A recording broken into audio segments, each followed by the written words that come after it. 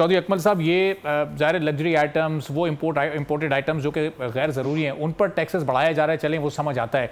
लेकिन ये अगर सेल्स टैक्स की छूट ख़त्म हो गई, अगर IMF का इतना प्रेशर ले लिया इस गवर्नमेंट ने, तो फिर ये पब्लिक का क्या होगा जो पहले ही इन्फ्लेशन से परेशान है?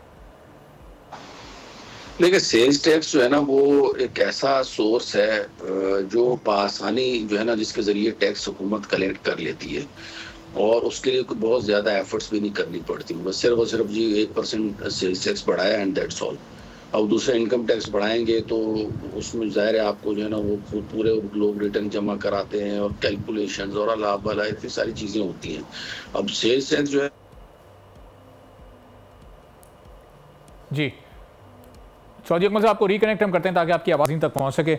नईम कुरैशी साहब, ये इसका मतलब जी चौधरी अकमल साहब, मेरी आवाज़ आ रही है आपको? जी जी आ रही है, बिल्कुल आ रही है। फॉर एग्जांपल मैं इसकी मिसाल आपको दूं, मैं अगर आपको इसकी मिसाल इस तरह देना चाहूंगा कि अगर पेट्रोल है तो एक रक्शे वाला या एक मोटरसाइकिल वाला, उसको भी उतना ही मिलता है और उसके ऊपर टैक्स उसका उतना ही कटता है, 17%, जो नॉर्मल एक प्राडो या लैंड क्रूजर बैक, जिसका इसका जो इम्पैक्ट जो है ना इसका, वो इसलिए जो है ना वो अच्छा नहीं होता, खासतौर पे गरीबों के लिए, कि ये जो है ना वो अक्रॉस द बोर्ड लगता है। लेकिन IMF की तरफ से सेल्स टैक्स बढ़ाना, ज़ाहिर है ओवरऑल हुकूमत को जो है ना वो रेवेन्यू अपना बढ़ाना है, तो उसके लिए ये सेल्स टैक्स के ऊपर टैक्स जो है वो लगाना तो पड़ेगा और वो टैक्स हुकूमत को हासिल करना पड़ेगा। तो इसको मानने के अलावा कोई ऐसा हमारे पास चारा है नहीं। लेकिन अगेन मैंने जैसे आपसे कहा ना कि ये अक्रॉस द बोर्ड होता है और इसके बड़े ड्रॉबैक्स हैं, तो ये चीज़ बहरहाल अकाउंट फॉर करना पड़ेगी। अच्छा, तो चौधरी साहब, इसका मतलब ये हो कि जो अगला बजट है वही दरअसल तय करेगा कि आपको IMF प्रोग्राम मिलना है या नहीं। अभी जो ये 10 रोज़ा नेगोशिएशन हुई, इसमें इसका मतलब कि पाकिस्तान IMF को कन्विंस करने में नहीं कामयाब हो सका, बल्कि उल्टा नई शराइत को लेकर आ गया है। पाकिस्तान की बेसिकली ये पोजीशन ही नहीं है कि वो कन्विंस कर सके या उनको अपनी जो है ना वो किसी किस्म की कोई शराइत बता।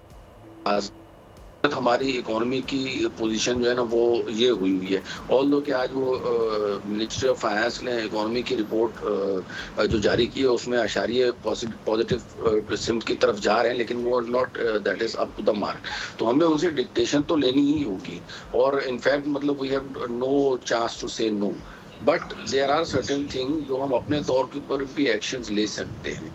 तो उनको अगर हम एक्शंस को ले लें तो शायद वो जो IMF वाले अपनी तरजीहात बता रहे हैं उनमें थोड़ा प्लस माइनस हो सके। फॉर एग्जांपल मैं आपको अगर कहूँ कि जैसे FBR है या टैक्स जो कलेक्ट होता है उसके दरमियान जो करप्शन वाला एलिमेंट है, उस करप्शन के एलिमेंट को ख़त्म कर दिया जाए तो बगैर मजीद कोई टैक्स बढ़ाए हुए हम एक substantial amount of revenue collect कर सकते हैं विद इन एग्जिस्टिंग रिसोर्सेज। इसी तरीके से आप देखें कि FBR के इंटरनल जो ब्यूरोक्रेसी उसमें बैठी हुई है उसमें ज़्यादा CSS के लोग हैं।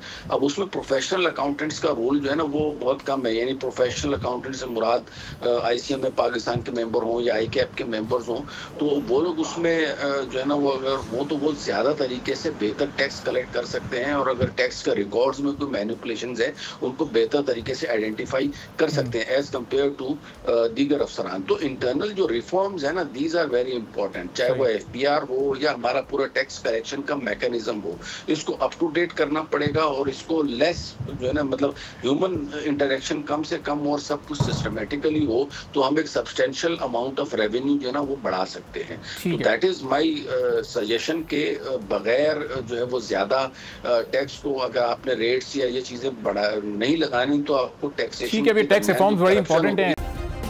सब्सक्राइब करें और बेल दबाएं ताकि कोई खबर रह न जाए।